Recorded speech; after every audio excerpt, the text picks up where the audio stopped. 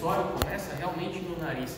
Ele começa com essa atividade, e essa atividade não é apenas na captação e interpretação desse odor, é também sobre a liberação de substâncias secundárias à percepção desse odor. No momento em que se percebe o cheiro, que se caracteriza, que se concretiza a interpretação desse cheiro, você tem um aumento ou uma redução da liberação das substâncias. Por isso, o simples fato de sentir um odor agradável, ou que possa te remeter à fome, né, ao estímulo de uma região do sistema nervoso central, que nós chamamos de regiões laterolaterais de tálamo e hipotálamo, você já começa a ter liberação enzimática em prol da quebra dessas substâncias que você, é claro que praticamente não tem sobre a língua, mas que o odor traz essa percepção. Então, o início do processo digestório, ele é claro, através do sistema olfativo olfatório, o odor dos alimentos, o odor das substâncias aí que ficam aí dispersas na atmosfera. Então, evidentemente, quando você faz essa inspiração, essas células que ficam na mucosa nasal são células do tipo caliciformes. Vocês viram algumas das células caliciformes com uma no laboratório? E algumas dessas células também ficam na mucosa nasal. Essas células caliciformes, elas são muito inervadas, elas recebem inervação aferente, né? uma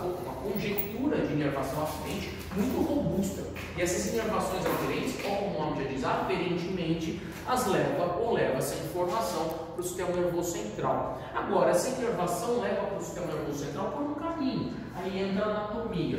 Esse caminho é da cavidade nasal passando pelo etimoide. Lembra do etimoide, aquele osso púbico retronasal, todo perfuradinho, que para cima dele eu tinha crista galli, nas laterais, na fossa da cavidade do orbicular, eu tinha regiões laterais brancas. Vocês lembram do que eu estou falando? O etimoide quadrado e o esfenoide em forma de asa maior e menor. O que acontece é, quando eu faço a inspiração, essas células caliciformes, elas acabam captando essas micropartículas que estão dispersas na atmosfera. Micropartículas que levam aí essa sensação do odor. Então é claro que essa mucosa, ela tem uma quantidade muito grande de células caliciformes, que são extremamente inervadas, aferentemente. Então ali eu tenho nervos aferentes que levam a informação sensitiva. Isso é um sentido especial, né? Então eu tenho visão, olfato, gustação, todos são sentidos especiais. Então esse sentido especial do olfato, ele caminha, né? Esse sentido percorre as áreas axoplasmáticas de quem? Dos axônios e evidentemente da inervação dessas células caliciformes. E essa inervação que passa pelo etimoide, ela passa exatamente pelas trabéculas etimoidais, né? Então eu tenho aquele osso todo aerado, parecido com um chocolate soufflé. Então o que acontece é que há uma entrada, né? Há uma aferência dessa inervação por de dentro daquelas trabéculas ósseas do etimoide. Professor, significa que eu tenho muita inervação passando no meio do etimoide? Claro que sim, muita inervação. Por isso que em algumas pessoas, né, as moscas não vão, em outros que não tomam banho. Em algumas pessoas, por exemplo, em boxeadores que tomam um soco no nariz e tem aquelas trabéculas desse etimoide, que é o osso retronasal, o que acontece? Esse osso vai entrar em frangalhos e vai comprimir essa inervação etimoidal. Se você comprime a inervação, passa tráfego nervoso? Não passa. Oclui quem? Essa sensação, esse sentido especial da olfação. Deu para entender? Porque muitos boxeadores ou boxetes, como vocês queiram chamar, eles perdem essa acuidade olfatória ou olfativa, né? Os dois estão sendo os dois meios gramaticais. Então o que acontece é, você tem a aparição do osso etimoidal e ele começa a cancelar essa aferência, você não consegue sentir o cheiro. Bom, vamos falar de situações normais. Se a inervação passa em meio ao etimoide, ela sobe. Ela sobe e para onde? Ela para ser confluentemente enviada para o primeiro par de nervos cranianos, que é o nervo olfatório, é o primeiro par. Se vocês olharem aquele lobo frontal, vocês lembram do encéfalo, da massa encefálica rosa lá no laboratório? Se vocês olharem em ambos os hemisférios, não por cima ou pelo lado, mas se vocês olharem por baixo, de maneira caldo-cranial, olharem por baixo, vão ter dois bulbos, né? duas projeções bem na base dos lobos frontais. Então, quando você faz a inspiração, essas partículas que estão no ar são captadas pelas células caliciformes. Você começa a ter a condução desse sinal olfatório pelo meio das travéculas do osso etimoide, e as mesmas inervações vão confluindo na base da região frontal. Essas inervações confluem nesse bulbo que é o bulbo olfatório, ou um par, né? São dois, bulbo olfatório direito e bulbo olfatório esquerdo na base dos lobos frontais. Esses bulbo olfatórios vão levar o sinal de olfato para o sistema nervoso central interpretar. Isso significa que quando o sistema nervoso central começa a identificar qual é o cheiro, o que acontece? Essa informação vai para o sistema límbico. Vocês não viram sobre o sistema límbico ainda. É uma área dividida entre 3 giros principais: região do giro cingulado, hipocampo e corpo amidaloide. Eu vou voltar tudo isso. O que importa é que esse cheiro, se esse cheiro remeter a uma lembrança tua, por exemplo, se esse cheiro vier a remeter a uma situação de memória adquirida, nós temos 2 tipos de memórias: memória inata e memória adquirida. A memória que você nasce com ela e a memória que você adquire ao longo da tua trajetória de vida. Que bela trajetória de vida, né? Então o que acontece é, se eu sinto o cheiro, o perfume daquela moça que eu fiquei, vocês não ficar ainda? Não usa mais ficar? Usa? Nossa, tá bom. São contemporâneos de vocês, assim eu vou falar para todo mundo. Se você sente o cheiro hoje de um perfume, te remete a uma moça que você ficou 2 anos atrás, você lembra? Evidentemente, se só foi aquela que você sentiu, só ela tem aquele perfume, né? Não, todos usam o mesmo. Moral da história, o que importa é, essa é a memória adquirida ao longo do tempo. Então, se você, desde infante ou desde criança, depois infante, depois pré-púbere, depois puberdade, depois adulto jovem, se o cheiro da carne assada é boa para você, né? Aquela picanha no alho, ou passada no mel, aquela que é bem ao ponto mais, vamos parar. Se aquilo é bom para você desde pequeno, desde os 5 anos, por exemplo, tua mãe picava um cubinho, quadradinho, pequenininho, e era bem palatável, você fala, que delícia. Se aquilo é bom até hoje, não é? Você foi criado assim, e aquele cheiro para você é bom, porque é uma memória adquirida. Então, evidentemente, está armazenado onde? No teu sistema límbico, que é a área da memória. Então, dos bulbos olfatórios que receberam o cheiro, aquilo foi mandado para memorizar no sistema límbico e ficou ali. Para sempre, se foi retroalimentado e retroestimulado, é claro que vai ficar ali para sempre. Então, toda vez que você sentir cheiro de carne assada, obviamente agradável para ti, como foi no começo, aquilo é bom, te remete a memórias boas. Então, essa é a história. O sistema digestório começa dessa maneira, com essa história de memória adquirida e memória inata, e, é claro, através do olfato. Então, quando você percebe esse cheiro e você interpreta, devido à sua memória adquirida, que esse cheiro é bom, você começa até a salivar, não começa? E não é só salivar que você faz, ou o que acontece não é só o mecanismo da salivação, o mecanismo também é da produção de até ácidos biliares, né? E até substâncias gástricas, como ácidos gástricos também importantes, como o ácido clorídrico, como a gastrina, como por exemplo a pepsina. E nós vamos falar sobre essas substâncias.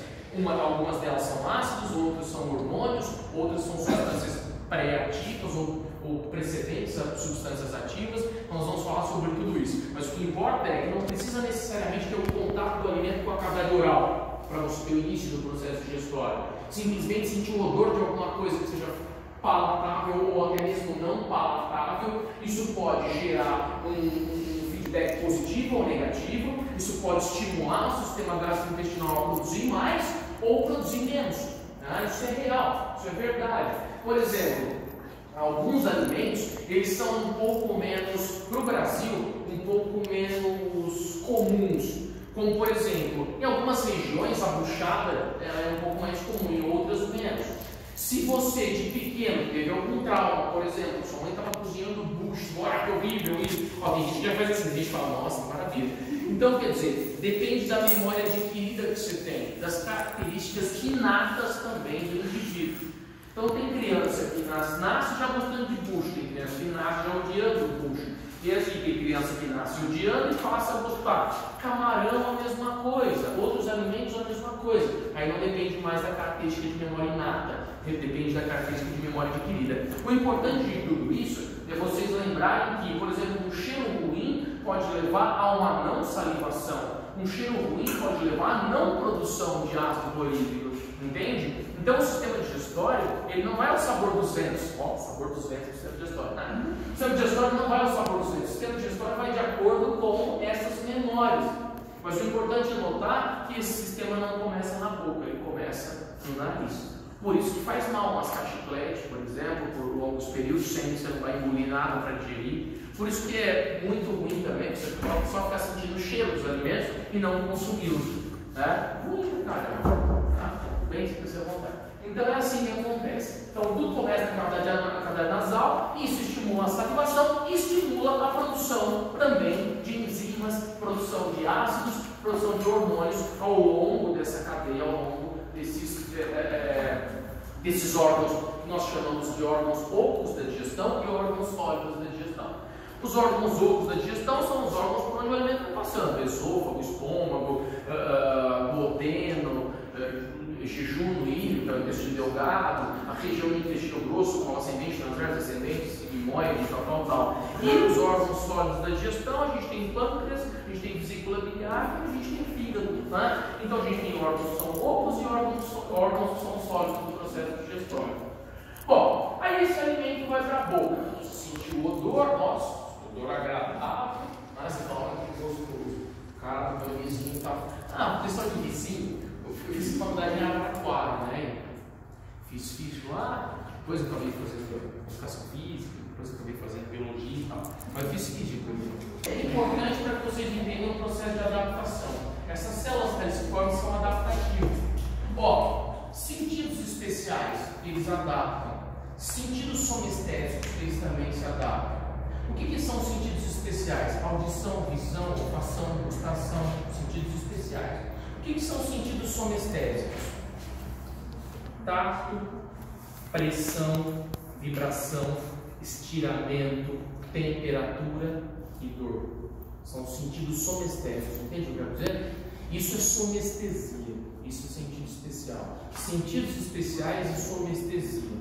Nós nos adaptamos para os sentidos especiais. Você pensa assim: eu vou para aquela balada, eu não aguento mais de menina feia. Não aguento mais. Você vai ver, vai acostumar. Som ruim, por exemplo. Som ruim. Aqui é calypso. Desculpa quem gosta de calypso. Um dia você escuta, você fala: nossa, que horrível. Você está assim, jogando cabelo. Você vai se adaptando. Você está pensando: o que aconteceu com o Maurício nas férias? Foi muito trabalho. Eu viajei do Eapó ao Junto sem brincadeira. Foi mesmo, cara. Eu fui de Maceió para o Rio Grande do Sul. Nossa! Teve curso em Maceió, teve curso em Porto Alegre. Porto Alegre foi semana passada, semana passada. Então, quer dizer, eu tô meio loucão. Aí o que acontece? Não. Eu fui de carro. Eu já fui até Rio de Janeiro, eu não tenho mais idade incrível. Aí o que acontece? Moral da história. Presta atenção, gente. Do calypso. Aí, beleza. Vocês se adaptam a sentidos especiais? Sim. Somestésicos? Sim. Qual o único sentido que a gente não se adapta? Que é uma sensação e hoje não é mais só uma sensação. E dentro da medicina e das áreas submédicas ou médicas, vocês encontram dentro da área médica, e eu também assim sendo, o único sentido que a gente não se adapta é a dor. Entende o que eu quero dizer? Vale a pena mais pra frente a gente ter uma aula sobre dor. Não é certo, agora vai demorar muito. Preciso de umas 8 aulas para falar sobre dor. Assim, meio branda, mas dá para podemos ter problema. Nós não nos adaptamos à dor, entende? Então é assim: quantas vezes eu te espetar com uma agulha aqui, quantas vezes você vai doer? Vai doer em você, aliás, você vai se sentir né? Então nós não nos adaptamos à dor. Então, se nós não nos adaptamos à dor, nós também não nos adaptamos ao que? O anal. Vigilância. Ao anal. Nossa, que poder. Então o que acontece é nós vamos adaptando ao analgésico. Sabe, porque tem aquela história, tem um paciente que faz uso do quê? De codeína. Codeína tem um nome fantasia, tem o Codex, por exemplo, tem o Paco, são medicações para dor, né? Você pegar a morfina e se você reduzir a molécula da morfina, vai dar em codeína, por exemplo. É um opioide fraco e a morfina é um opioide forte, né? São medicações para dor e dores incríveis, assim. Então o que acontece é, aquela pessoa está tomando morfina e a dor não está passando. Então ela se adaptou à morfina. Não, ela não se adaptou à medicação, entende? Não é a mesma coisa que antibiótico, que é uma resistência da bactéria. Não há adaptação à dor. Se a morfina não está funcionando naquela miligramagem, não é que ela se adaptou àquela miligramagem, é que a dor aumentou. Eu estou entendendo? Então não há adaptação à dor e não há adaptação ao analgésico. A dor é que aumenta. Tudo isso para que vocês entendam, tudo isso para que vocês possam entender que dos sentidos dos somestésicos ali nós vamos adaptando a dor. E os sentidos especiais a gente se adapta, é passível de se adaptar a todos os dias. Moral da história, sentiu o cheiro do alimento, aquilo gerou memória inata, adquirida, um monte de coisa. Só que você vai colocar o alimento na boca, coloca o alimento na boca. Mas antes de colocar o alimento na boca, nós vamos trabalhar com classes de alimentos. Vamos trabalhar com classes de alimentos. Eu tenho os chamados macronutrientes. O que são macronutrientes? Macro dá a impressão de que é grande ou que é pequeno? Pequeno? Macro? E o micro dá a impressão de que é? Então o macro dá a impressão de macronutrientes. Macronutrientes são os alimentos dos quais a gente encontra os nutrientes que são mais necessários ou abundantes, ou que a gente usa mais. Não que os outros não deveriam ser usados ou serem usados. Mas os macronutrientes, dentre os macronutrientes, nós temos carboidratos, nós temos proteínas e nós temos os lipídios, ou também chamados de gorduras. Os carboidratos, o nome já diz, né? Carboidratos são os carbonos hidratados. Os carbonos que trazem consigo, no mínimo, 4 moléculas de hidrogênio. Entende o que eu quero dizer? Carboidrato traz consigo, no mínimo, 4 moléculas de hidrogênio que normalmente estão agregadas ao oxigênio. Então, traz consigo o quê? Molécula de água. Então, os carbonos hidratados, eu tenho água desses caras aqui. Esses caras conseguem captar muita água. Então, os carboidratos são carbonos hidratados. Eu tenho no mínimo 4 moléculas de água nesses carboidratos. No mínimo. Depende se esse carboidrato de cadeia curta, cadeia média ou cadeia longa. Depende do tamanho do carboidrato. Esses carboidratos eles são divididos em 2 classes: carboidratos simples e carboidratos complexos. Os carboidratos simples são os carboidratos que nós não deveríamos comer com tanta frequência. Por exemplo, são os açúcares simples. Saúde, frutose, galactose, por exemplo, lactose, por exemplo, isso e assim vai. Tá? Então, esses, digamos, monossacarídeos, eles são um pouco deletérios, porque os monossacarídeos, em um tempo curto, em um período curto de tempo, quando altamente consumidos, eles acabam virando gordura. Né? Então, quando você come muito doce, o problema não é de ser muito doce, o problema é que esse doce vai virar gordura. Né? Então, em um tempo prolongado, em um curto período de tempo, aliás, dependendo do consumo, dessa ingesta prandial, desse período de consumo do alimento, esse seu açúcar simples ele virará gordura. São os açúcares adicionados, aquele açúcar de confeiteiro, do bolo de padaria, aquela coisa branca que é uma delícia. É bom demais, é doce, cara. Entendeu? Isso me lembra de uma piada, falando da Cudrada, e o cara estava vendendo laranja, né, no caminhãozinho. Olha a laranja, é doce, é doce, é doce, é doce, é doce, é doce. O cara perguntou, e o que você está vendendo? É laranja, porque era doce, não. Piada ridícula. E é mais ou menos por aí. Né? Aquelas piadas que ela sempre vem à mente quando você está no final ali, né, comendo pastel na feira, ela surge, você compra, porque a cabeça está embaralhada, assim funciona. É igual a história da piadinha do netinho que não queria ver o vovô, sabe essa? Netinho que não queria ver o vovô. Não, mas você vai ver o vovô, eu não quero ver o vovô. Mas você vai ver o vovô, mas eu não quero ver o vovô.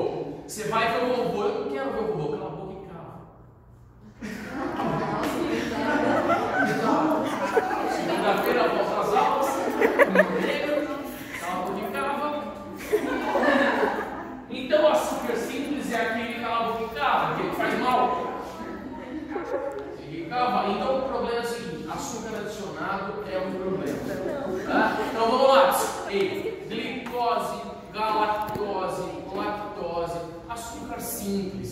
Açúcar que leva ao que no indivíduo? Um alto IG, um alto índice glicêmico. O que é o índice glicêmico? É o pico do açúcar no sangue. Se você tem um pico do açúcar no sangue muito rápido, significa que também vai cair muito rápido.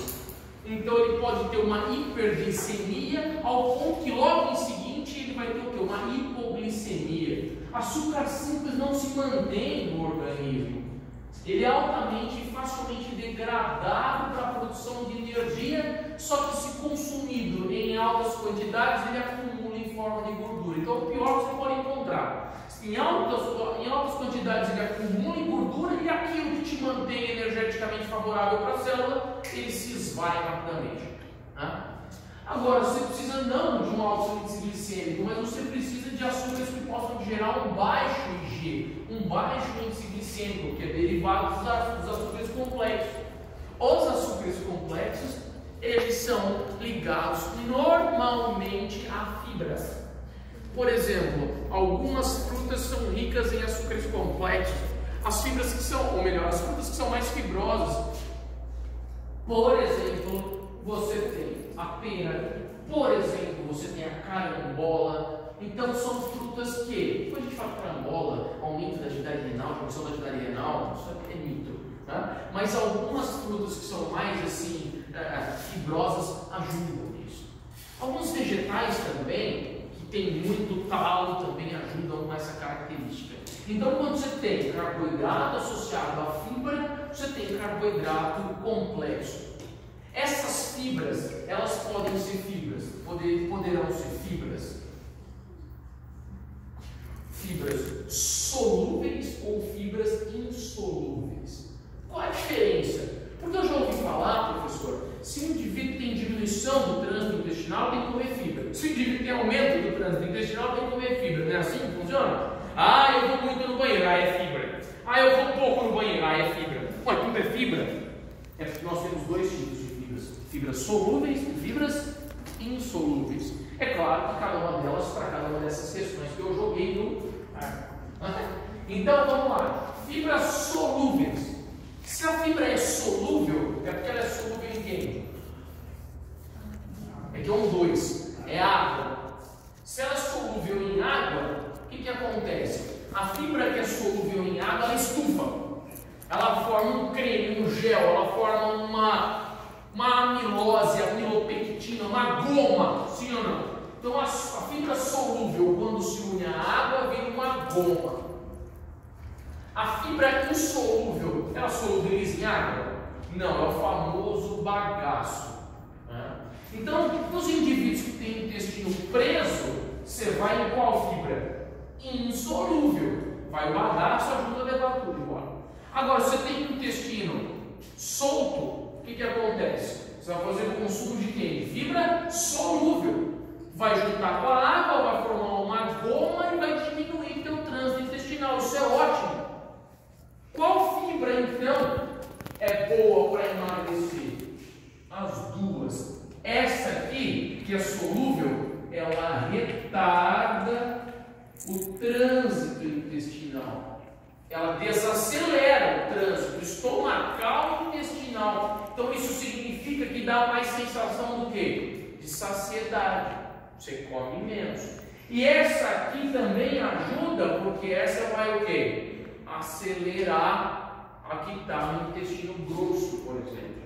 Tá? Então você tem menor retenção de catabólitos. Isso depende também da proporção corporal e tal. Bom, o que interessa é que fibra é bom, porque fibra é o que? Associada aos carboidratos, ou deveria, né, ser consumida através dos carboidratos que nós chamamos de complexos. Então essa é a primeira classe, tá, dos carboidratos. Não é só isso que eu tenho para explicar sobre carboidrato, tem muitas outras coisas sobre carboidrato, mas basicamente a gente começa por aqui. Detalhe, das três, os carboidratos são alimentos do que? Entre esses três macronutrientes, são alimentos energéticos. Tá? Então é para geração, produção de energia. Não são construtores e tampouco reguladores. Os carboidratos são energéticos. Agora, as proteínas, vocês já sabem, né? São construtoras. Então eu tenho carboidratos que são energéticos e as proteínas são construtoras. Olha aí. Sobrou gordura. Gordura é bom? Ou se é. Então gordura é alimento regulador. Então temos energéticos, construtores e reguladores. Proteínas agora. Eu tenho duas fontes de proteínas. Eu tenho proteínas de origem animal e proteínas de origem vegetal. Proteínas de origem animal. Vamos lá. Carne. Carne bovina, carne suína, carne equina, de cavalo, né? Carne de fazão, carne de codorna, nas aves. Olha que maravilha. Eu tenho também leite e derivados. Tem leite, todos os derivados do mesmo. Eu tenho ovos, beleza. Eu tenho proteína, eu tenho pescado, tenho peixe, crustáceo. Então eu tenho como proteína de origem animal.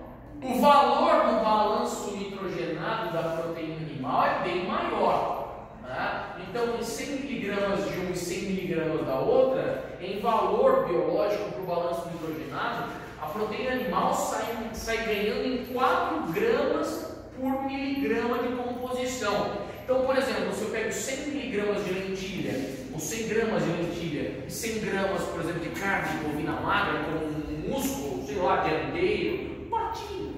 E se eu pego e comparo, o patinho vai dar, no final das contas, 6 gramas de proteína a mais em 100 gramas do que, por exemplo, a lentilha. Mas eu posso desconsiderar a lentilha? Claro que não. Qual é a principal fonte de proteína do brasileiro? Arroz com feijão. E o valor biológico proteico do arroz com feijão é insuperável. Se você comparar dietas como a dieta do Mediterrâneo, aquela baseada, por exemplo, em oleaginosas. O que são oleaginosas? Oleaginosas. É isso, castanha do Pará, macadâmia, amendoim, sei lá, avelã. Isso é oleaginosa.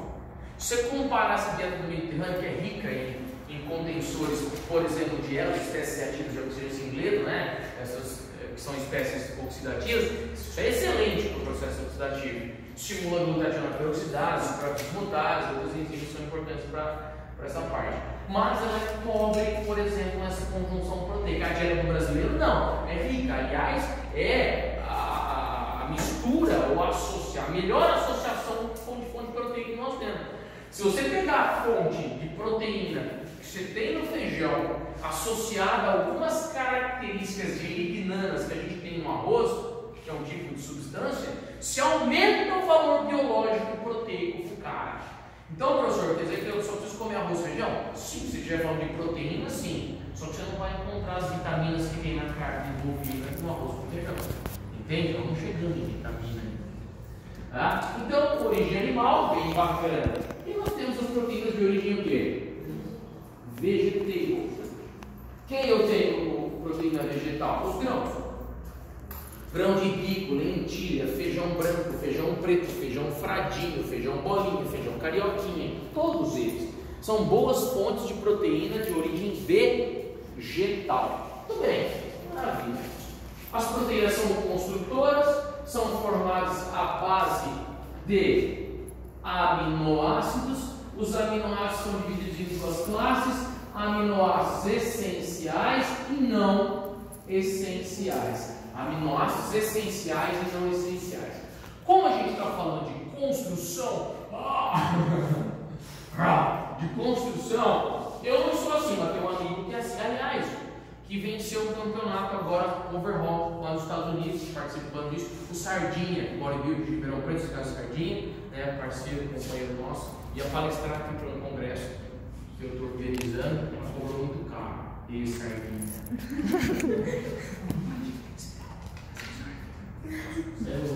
Eu falei a mesma coisa, não vou pagar 3 para chama, né?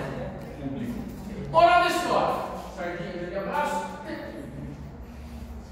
Bom, moral da história. Como nós estamos falando de alimentos, proteínas que são construtoras, eu tenho 3 aminoácidos dessas proteínas. Vocês já viram isso no tecido muscular, vocês lembram disso? Não? Isoleucina, leucina e valina. Então os aminoácidos que eu tenho para a formação muscular são isoleucina, leucina e valina, que é a formulação do BCAA. São aminoácidos de cadeia ramificada. Bom, o que acontece é, carboidrato eu não elimino em excesso. Carboidrato eu acumulo, tanto é que em longos períodos se transforma em gordura. Proteína não. O balanço nitrogenado se faz através da depuração proteica. Ou seja, o balanço nitrogenado se faz através do que nós chamamos do rim de clearance renal, né? De limpeza renal.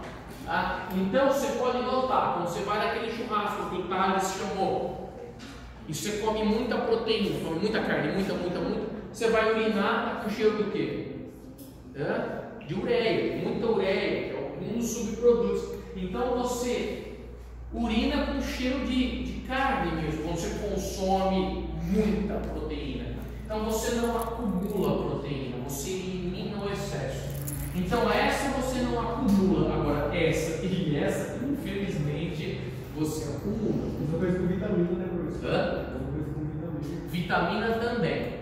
Nós temos 2 classes de vitaminas, nós vamos comentar sobre isso. As vitaminas que você acumula e as vitaminas que você não acumula com facilidade. São as lipossolúveis e as hidrossolúveis. Boa pergunta, não deixa eu esquecer aqui. Tá? E boa pergunta, você ganhou um ponto positivo na saída dessa técnica. Então, você vai ansioso nisso. Bom, e vamos ao próximo macronutriente, já que são 3, nós temos aqui os lipídios, as gorduras. Essas gorduras são divididas em classes ou subclasses.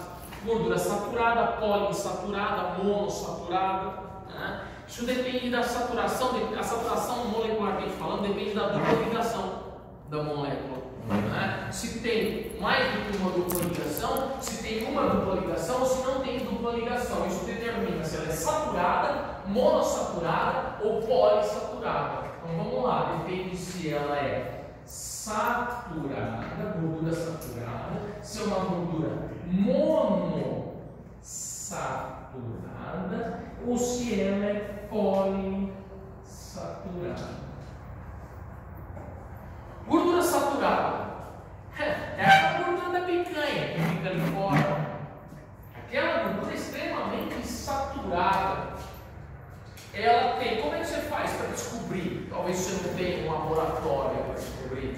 É o ponto de fissão, o ponto de derretimento da gordura. Quanto mais difícil para ela derreter, pior é a gordura. Então ela está muito saturada. Isso significa que o valor gregário dessa gordura endovascular é muito grande.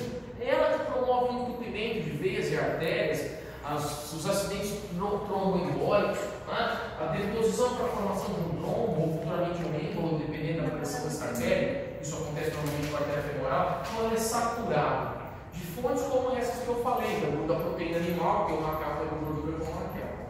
Tem a gordura trans, que não está aqui, que é aquela gordura da margarina, onde eu tenho, não do lado cis, mas no esqueleto carbônico, o princípio ativo do outro lado, do lado trans da molécula. Tá? São gorduras ruins. Gordura monossaturada é aquela gordura que fica no meio termo. o valor biológico é bacana, mas ainda tem um poder de agregação em tecidos grande. Você tem aqui, por exemplo, o óleo de girassol, o óleo de canola, mais ou menos aqui na gordura monossaturada. Tá? O óleo de coco, ele fica entre a monossaturada e a polissaturada. O problema é que ele é muito calórico. Então o problema do óleo de coco não é pela gordura que ele traz, o problema é pela caloria que traz consigo. Tá? O que a gente chama ali também de valor térmico dos alimentos. E a gordura poliinsaturada é a gordura boa. É aquela que a gente deve consumir. Gordura que nós as chamamos de ácidos inicialmente, que são os ácidos graxos bons, como por exemplo os ácidos do ômega 3, o ômega 6. Então aqui como polissaturado eu tenho o ômega 3, eu tenho o ômega 6. Ácido linoleico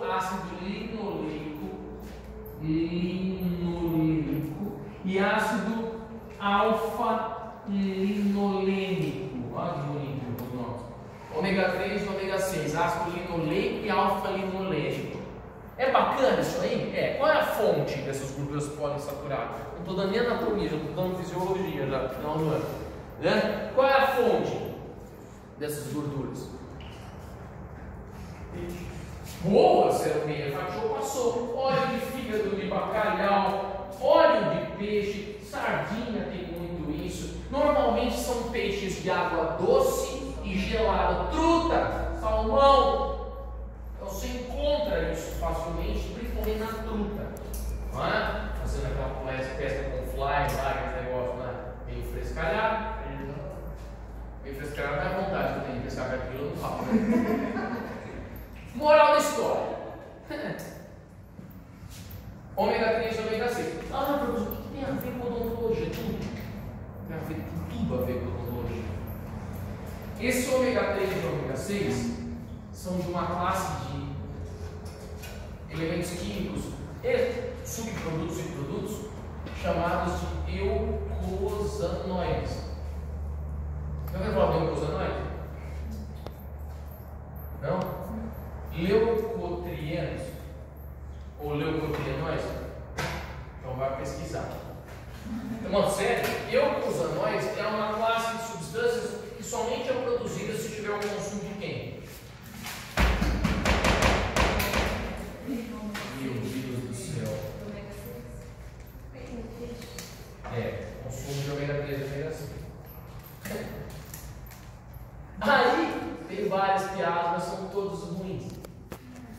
Beleza, você está consumindo, você tem ômega 3 e ômega 6, está produzindo eucosanoide. O eucosanoide produz quem? Por conseguinte.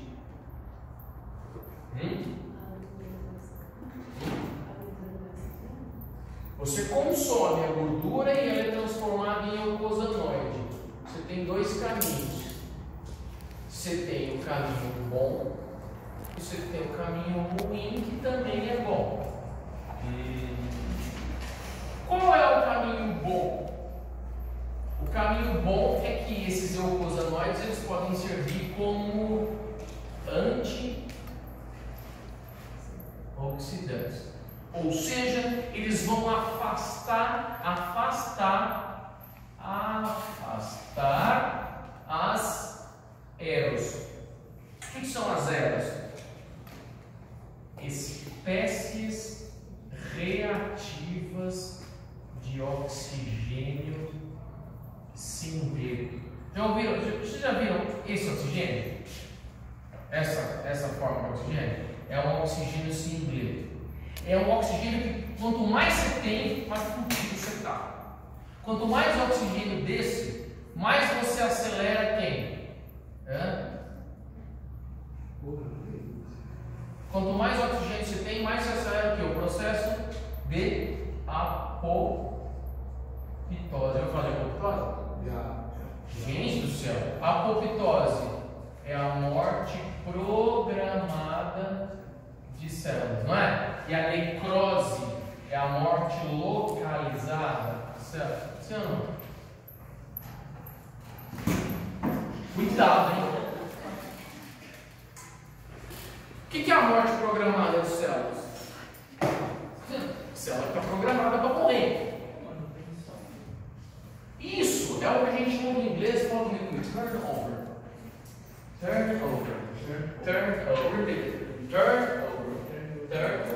Turnover é a renovação celular. Só que para você depositar uma célula nova, tem que morrer quem antes? Uma antiga.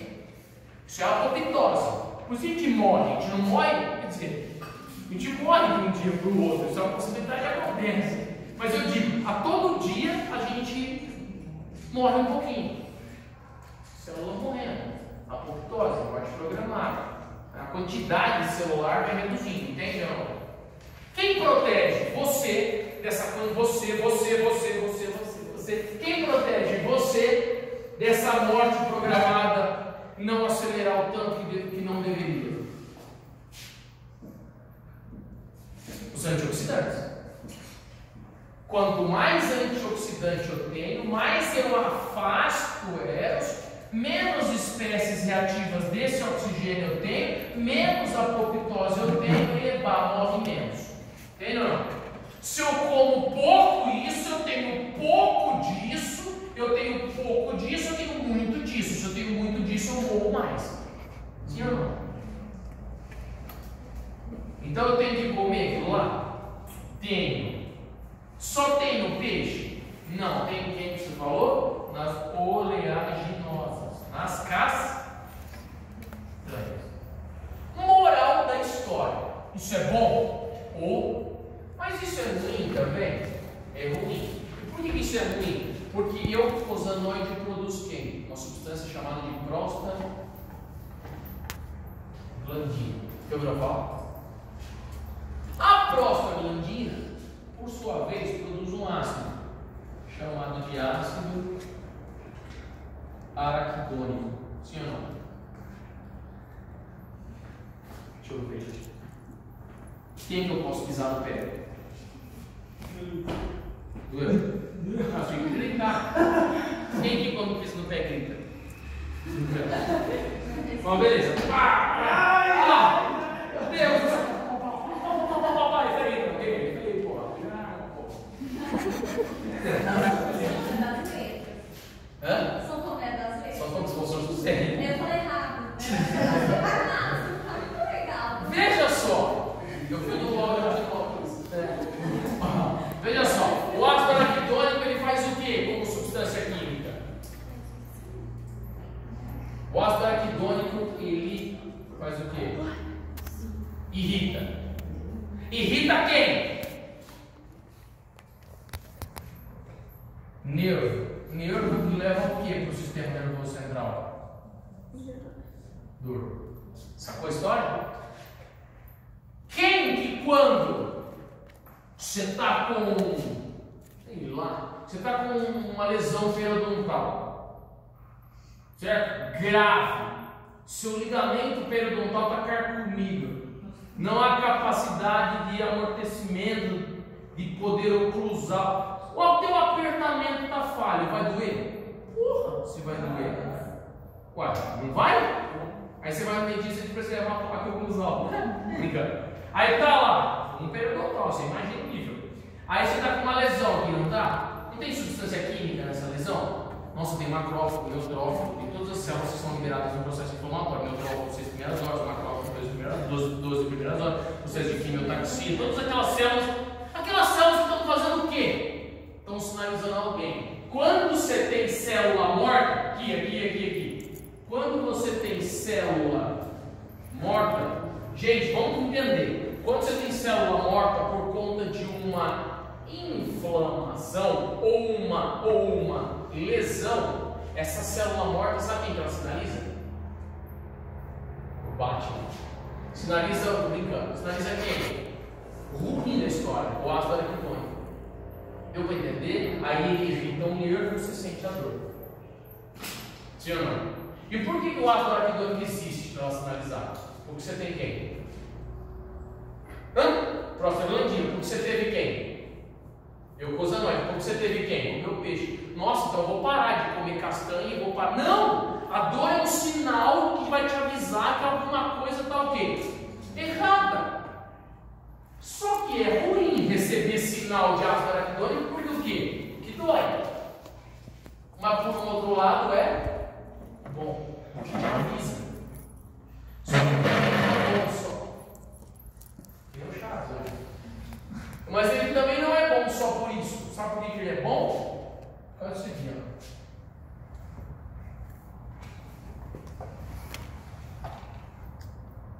Isso aqui é o estômago. Isso aqui é o esôfago. Isso aqui é um esfíncter. Como se fosse o esfíncter anal do ânus, que abre e fecha o músculo anelar ou anelado. Aqui eu tenho um músculo assim também, entre o esôfago e o estômago. E eu tenho outro músculo desse que abre e fecha entre o estômago e o intestino delgado. Sim ou não? São esfíncteres que abrem e fecham. O estômago é desprotegido por dentro? Não, nem pode, né? Que ácido que eu tenho aqui? O HCl, famoso ácido clorídrico. Se eu tivesse ácido clorídrico no estômago sem proteção, o que aconteceu com o meu estômago? Em 2 etapas. Vai ficar corroído. Então eu tenho que ter o que no meu estômago? Uma capa de proteção. Do que é feita essa capa de proteção? De prostaglandina. Mas a prostaglandina não produzia ácido araquidônico, produzia fora do estômago.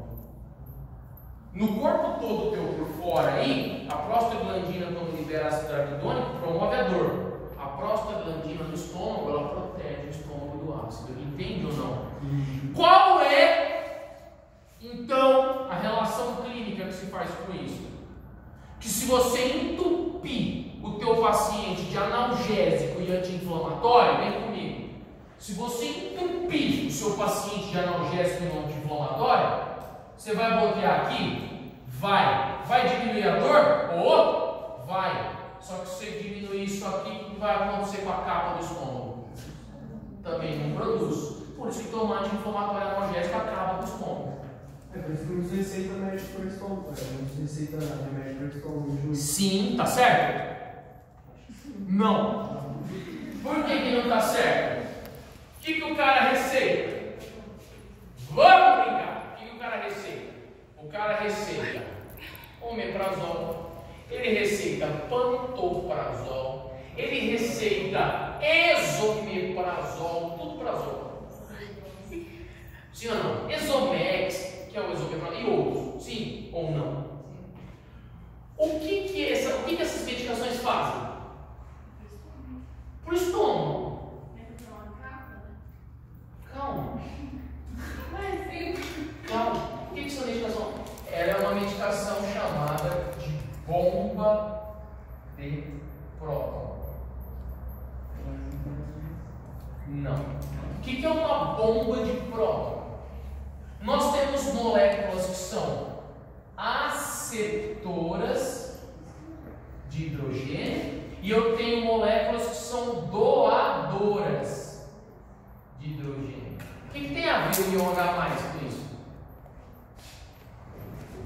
Você é bioquímica, velho. Não tem. Isso é da vida, gente. Vamos brincar, galera. Tá vendo como é? Sabe como disciplina básica é a vida da pessoa? O que é medicina? Fisiologia não é bom senso. O que é odontologia? Fisiologia não é bom senso. Concorda comigo ou não? Então vamos lá. O que eu tenho aqui? 7. pH 7 é pH ácido. Foi você, né? Que é nova, já está assistindo. pH 7 é o quê? Neutro, ácido ou básico?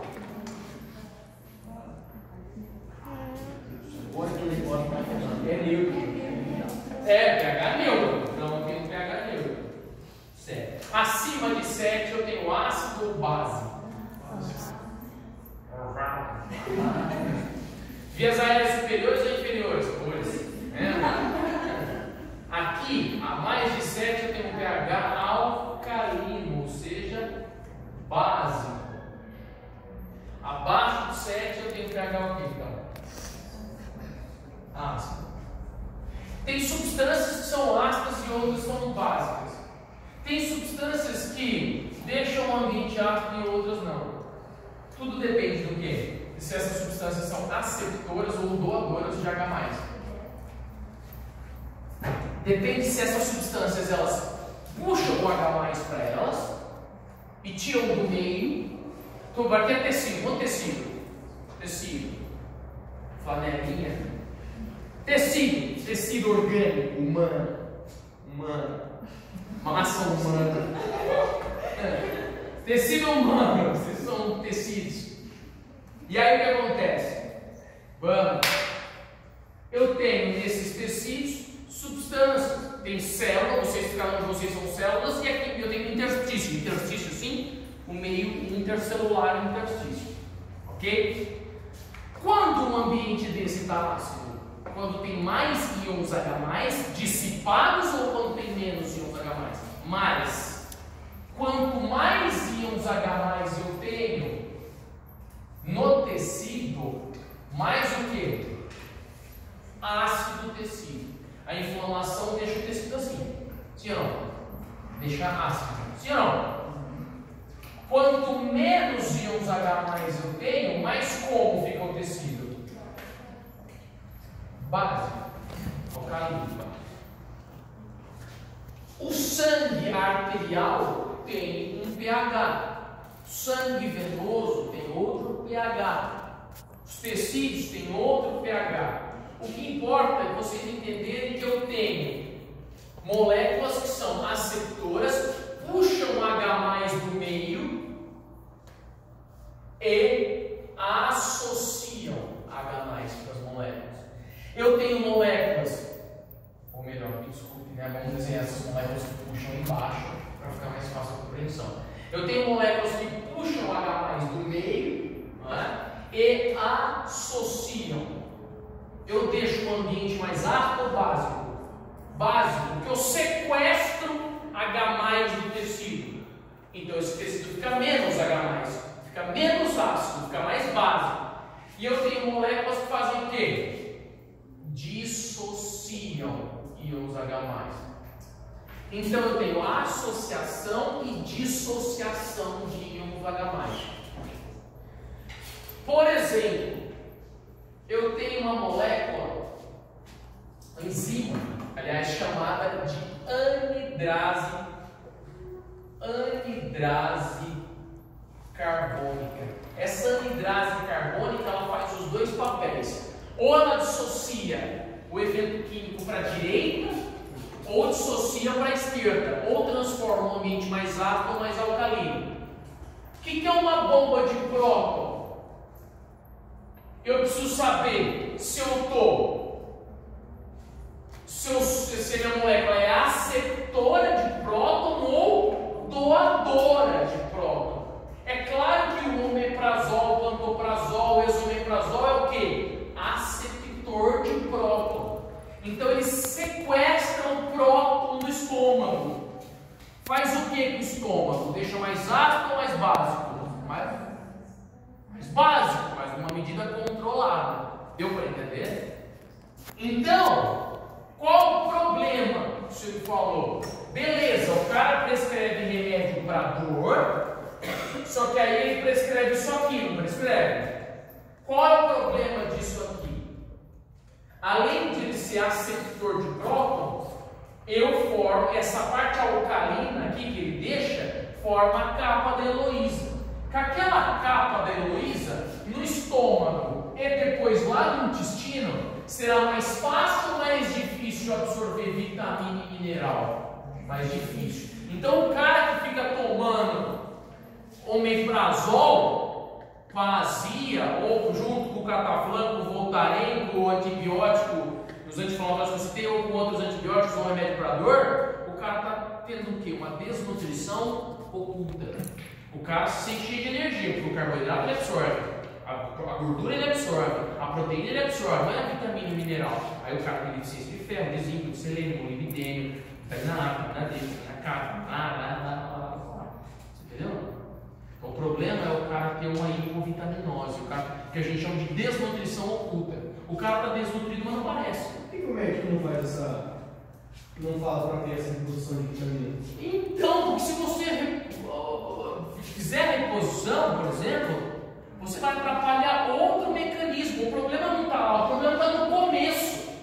Você tem que não tratar com muito analgésico e anti-inflamatório. Entende? Mas tem gente que não, que fica dependente, principalmente não de anti-inflamatório, mas de analgésico. Mas o cara não depende de analgésico porque a dor está aqui. O cara depende de analgésico porque a dor está aqui. Aí eu tenho que entrar na aula de dor, vai demorar 3 dias. Você entendeu ou não? Entendi. Por que vai dificultar a pessoa de... Porque o intestino pH é mais alto. É alcalino, por conta do recebimento de bicarbonato do pâncreas. Tá? Só que o que acontece é, quando você faz uso de uma bomba de próton, você diminui o transporte. Quer dizer, você tem que ter um transporte ali no intestino para substâncias. As substâncias elas têm que sair do intestino, das velocidades e microvelocidades, para passar para os capilares para absorver os nutrientes. Quando você faz uso da bomba de próton, você cancela a passagem iônica. Então essa capa que eu falo foi para simplificar, mas você diminui a passagem iônica. E principalmente no terço proximal, que é onde eu tenho maior quantidade de velocidade. Entendeu? Aí não passa nada, quer dizer, passa um pouquinho de vitamina, um pouquinho de mineral. Mas se o cara fizer isso ao longo dos períodos, 1 ano, 2 anos, 3 anos, tomando analgésico anti-inflamatório e tomando por cima pantoprazol, esomeprazol e laloprazol, o cara tá ferrado. Sim, mas aí o tratamento para úlcera, não é só com isso. Por exemplo, nós temos substâncias chamadas de fitatos. Aí os fitatos entram aí. E não mais só esse tipo de bomba de próton, de inibidor de bomba de próton, entende? Nós vamos falar, inclusive, de cirurgia para úlcera, inclusive alguns macetes de indivíduos que têm úlcera, que tem refluxo gastroesofágico. Deixa eu comentar de um monte de coisa. Isso é tudo que vem, nós não estamos falando agora. Pessoal, alguma dúvida?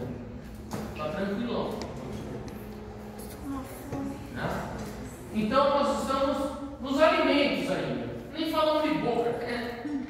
Então veja, tem boca, tem ainda glândula salivar, né? Nós temos parótida, submaxilar, submandibular, sublingual. Temos 4 glândulas, temos que falar sobre as substâncias liberadas por essas glândulas. No caso é a saliva, né? A amilase salivar ou pitialina. Tem uma outra proteína que é liberada, muita gente esquece, que é a mucina. A mucina tem uma função muito bacana. A mucina, ela lubrifica e evita o atrito entre os alimentos que são mais grosseiramente ingeridos. Por exemplo, você pega um pão daquele churrasco que você chegou atrasado 3 horas, sobrou aquele pão cascudo, você come arranhando. O que é a mucina? Aquela mucina é para gerar essa capacidade aí de deslizamento do alimento, reologia desse alimento. Estou em gráfico para o intervalo e